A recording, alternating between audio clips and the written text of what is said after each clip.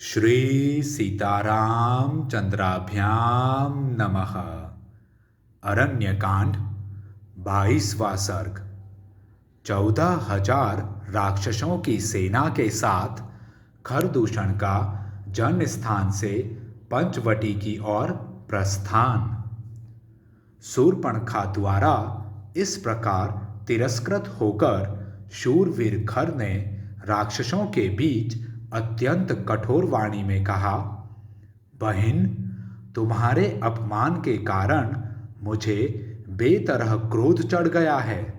इसे धारण करना या दबा देना उसी प्रकार असंभव है जैसे पूर्णिमा को प्रचंड वेग से बढ़े हुए खारे पानी के समुद्र के जल को, अथवा यह उसी प्रकार असह्य है जैसे घाव पर नमकीन पानी का छिड़कना। मैं पराक्रम की दृष्टि से राम को कुछ भी नहीं गिनता हूँ, क्योंकि उस मनुष्य का जीवन अभी क्षीण हो चला है। वह अपने दुष्कर्मों से ही मारा जाकर आज प्राणों से हाथ धो बैठेगा। तुम अपने आंसुओं को रोको और यह घबराहट छोड़ो। मैं भाई सहित राम को अभी यमलोक पहुंचा देता हूँ। राक्षसी, आज मेरे फरसे की मार से निष्प्राण होकर धरती पर पड़े हुए राम का गरम गरम रक्त तुम्हें पीने को मिलेगा। खर के मुख से निकली हुई इस बात को सुनकर शूर्पणखा को बड़ी प्रसन्नता हुई। उसने मूर्खतावश राक्षसों में श्रेष्ठ भाई खर की पुनः बुरी बुरी प्रशंसा की।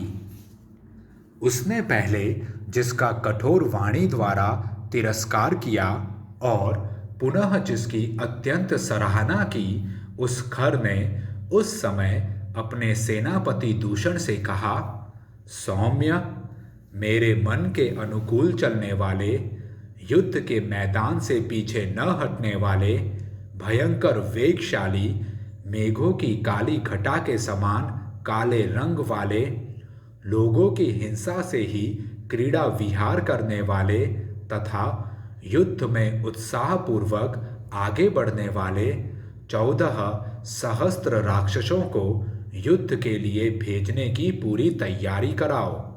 सौम्य सेनापते, तुम शीघ्र ही मेरा रथ भी यहाँ मंगवा लो। उस पर बहुत से धनुष, बाण, विचित्र विचित्र खड्ग और नाना प्रकार की तीखी शक्तियों को भी रख दो।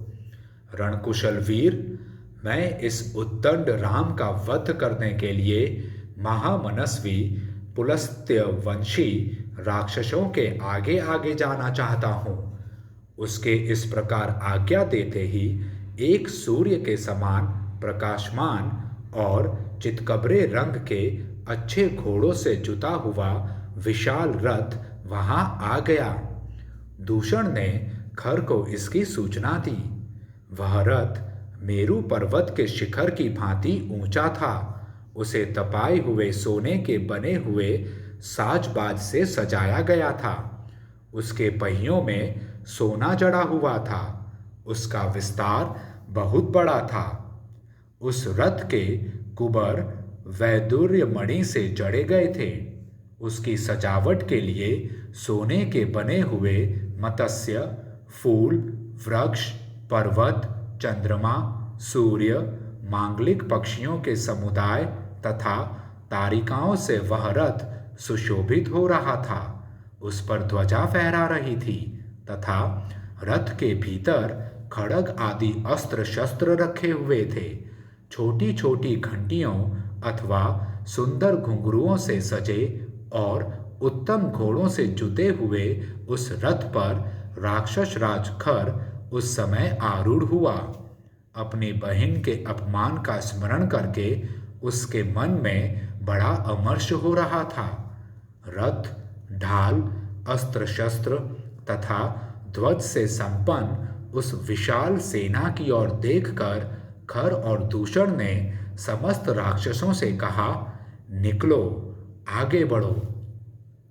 कूच करने की आज्ञा प्राप्त होते ही भयंकर ढाल, अस्त्र शस्त्र तथा ध्वजा से युक्त वह विशाल राक्षस सेना जोर जोर से गर्जना करती हुई जन स्थान से बड़े वेग के साथ निकली। सैनिकों के हाथ में मुदगर, पट्टिश, शूल, अत्यंत तीखे फरसे, खड़ग, चक्र और तोमर चमक उठे। शक्ति, भयंकर परिघ, विशाल धनुष, गदा, तलवार, मूसल तथा वज्र उन राक्षसों के हाथों में आकर बड़े भयानक दिखाई दे रहे थे। इन अस्त्र शस्त्रों से उपलक्षित और खर के मन की इच्छा के अनुसार चलने वाले अत्यंत भयंकर 14,000 राक्षस जनस्थान से युद्ध के लिए चले। उन भयंकर दिखाई देने वाले राक्षसों को धावा करते देख खर का रथ भी कुछ देर सैनिकों के निकलने की प्रतीक्षा करके उनके साथ ही आगे बढ़ा। तदंतर खर का अभिप्राय जानकर उसके सारथी ने तपाए हुए सोने के आभूषणों से विभूषित उन चितकबरे घोड़ों को हाँका।